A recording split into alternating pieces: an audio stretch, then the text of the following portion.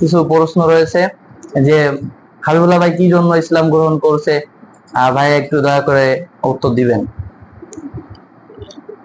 আসসালামু আলাইকুম ওয়া রাহমাতুল্লাহি ওয়া বারাকাতুহু। একটু জোরে কথা বলেন।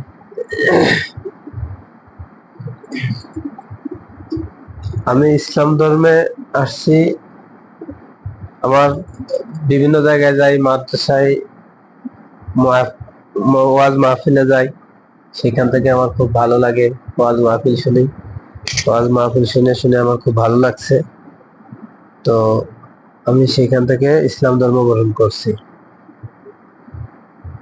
এবং ইসলাম ধর্মে আসার অনেক দিন থেকে আসার জন্য অনেক রিকোয়েস্ট করছি বা সিস্টেমে ছিলাম, পারিনি, আসছি, চলে আসছি বর্তমানে। এখন ইসলাম ধর্ম নিয়েই থাকতে চাই, কোরআন নিয়ে, কলেমা নিয়ে যেন কবরে যাইতে পারি, এটা আছে আমার।